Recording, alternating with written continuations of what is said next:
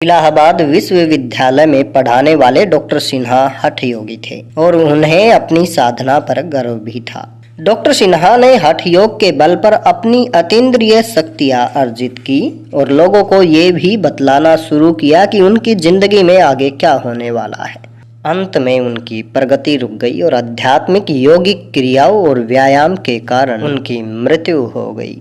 कारण क्या हो सकता है, ये बाबा नीम करोली जी की पिछली कथा में भी एक इशारा हुआ था, जो कि शंकर प्रसाद व्यास जी जब महाराज जी को कहते हैं कि मुझे हनुमान जी के दर्शन कब होंगे, तो महाराज जी कहते हैं कि क्या तुम्हारी इंद्रियों में इतनी शक्ति है कि वो हनुमान जी की उपस्थिति को, हनुमान जी के दर्शनों को सहन कर पाएंगे। और हुआ यही, जब रात्रि के 12 बजे बाद हनुमान जी के उन्हें दर्शन हुए तो वो अचेत होकर गिर पड़े, पूरा शरीर कांपने लगा। अब महाराज जी ने उन्हें अपनी सहज अवस्था में लाया था। कारण यही होगा, डॉक्टर सिन्हा ने भी अपनी सीमाओं के परे इस प्रकार की गतिविधियां की होंगे और वो इतने परिपक्व नहीं हुए होंगे और हठ योग में अहंकार वश पथ भ्रष्ट हो जाने के दुष्प्रभाव से अपनी रक्षा कर पाए।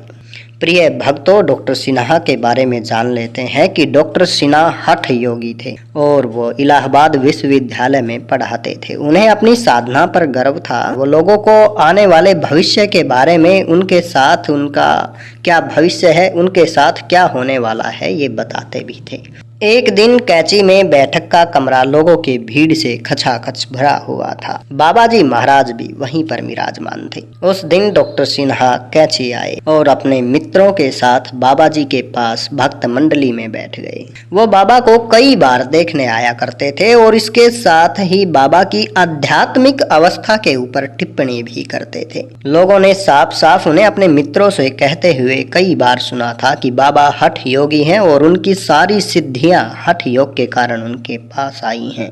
इसके अलावा सिन्हा जी कहते थे कि मैं तो उन्हें तभी पूर्ण मानूंगा जबकि वे मुझे ध्यान समाधि में ले जाएंगे। और एक दिन ऐसा हुआ कि बस डॉक्टर सिन्हा के मुंह से ये निकलना ही था कि उनके आंखें धीरे धीरे बंद होने लगी और वो जिस सहज आसन में बैठे हुए थे उसी में बिल्कुल निश्चल हो गए।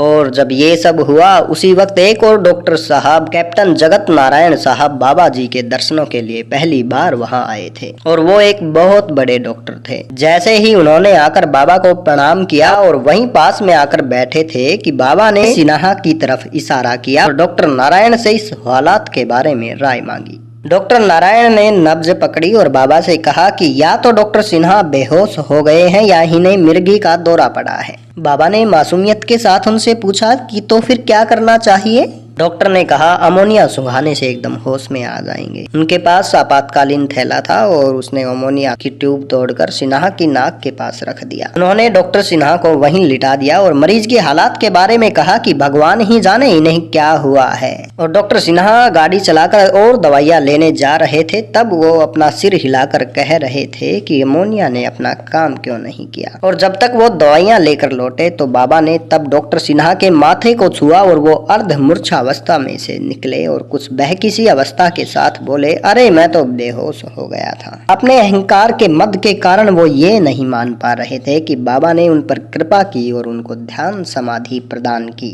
डॉक्टर नारायण ने देखा कि साक्षात जब भगवान बैठे हुए हैं तो इधर उधर भागने की जरूरत नहीं है। कुछ भक्त लोग इस चक्कर में आते थे कि उनको कुछ आध्यात्मिक उपलब्धि हो जाए, यद्यपि उस समय तक उनके शरीर और स्वभाव अभी इतने परिपक्व नहीं हुए होते थे। वे बाबा के पास आते, उनके सामने बैठ जाते, आंखें बंद कर लेते और ध्यान समाधि भी लग जाती। लेकिन बाबा जी उन्हें कुछ समय के बाद चेतन जगत में ले आते थे, क्योंकि बाबा जी जानते थे कि ये उस अवस्था तक नहीं पहुंचे हैं जहां ये सहज रूप से इनसे मिलने वाली शक्तियों को सही रूप में अपने शरीर में समा सके या फिर इस जगत के लिए काम में ला सके। वो इन पर दुष्प्रभाव भी डाल सकती है। एक दिन तो एक के बाद एक 4 भक्त एक साथ ही इस अवस्था में बाबा के सामने बैठे बैठे चले गए। बस बाबा ने चिल्लाना शुरू किया कि ये लोग तो अब मर गए हैं, ले जाकर इनका दाह संस्कार कर दो। बाबा के कहने पर उनको अचेतन अवस्था में ही ले जाकर पीठ के बल दूसरे कमरे में एक साथ चारों को लिटा दिया। ये कई बार होता था। सब लोग बड़ी उद्विग्न अवस्था में थे कि अब क्या होगा, सिवाय उन लोगों के जिन्होंने बाबा के इन खेलों को पहली बार भी देखा था। और ये खेल करीब 5-6 घंटे तक चला। वो चारों 5-6 घंटे तक उसी कमरे में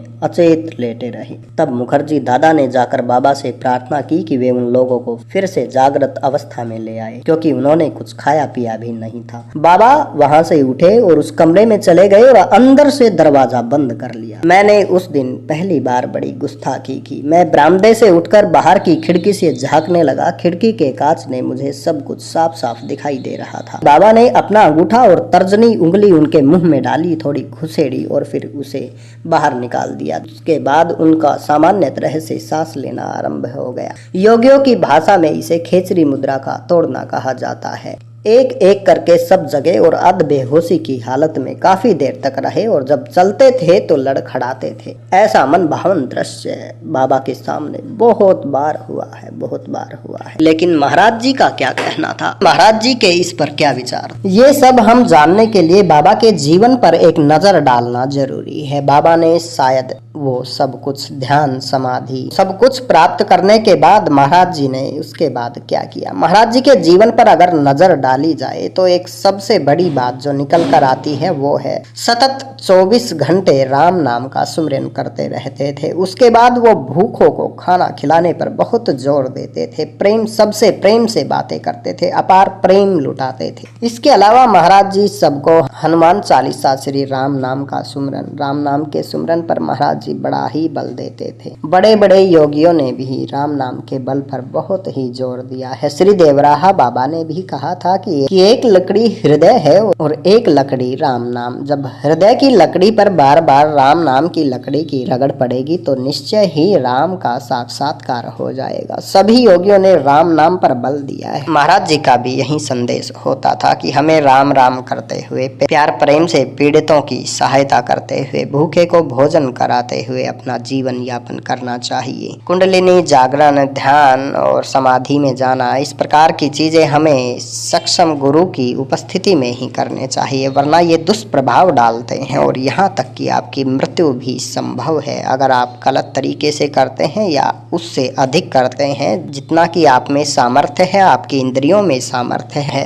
एक बार देवराहा बाबा से भी एक पत्रकार ने यही सवाल पूछा था कि महाराज जी, ये तो आपके सामर्थ्य की बात तो अलग है, लेकिन अगर गृहस्थों के बारे में पूछा जाए कि उनको सबसे सुलभ साधना क्या करनी चाहिए, तो महाराज श्री देवराहा बाबा ने भी यही कहा था कि राम नाम सबसे सुलभ साधना है। इस कलयुग के भव से पार हो जाओगे। राम नाम की रट, राम नाम की रट आपको पार कर देगी। तो प्रिय भक्तों, अपने गुरु पर, अपने श्री बाबा जी पर पूर्ण विश्वास करते हुए राम नाम के साथ साथ पीड़ितों और भूखों की सेवा करते हुए, प्यार प्रेम से उनके जीवन में बदलाव लाते हुए इस जीवन का यापन करना चाहिए। आशा करता हूँ आपको इन कहानियों में छुपा हुआ संदेश, शायद इन कहानियों में छुपा हुआ संदेश समझ आया होगा कि बहुत ही उच्च अवस्थाओं में पहुँचने के बाद भी महाराज जी का जीवन ऐसा था तो निश्चय ही जीवन ऐसा होना चाहिए। जय गुरुदेव।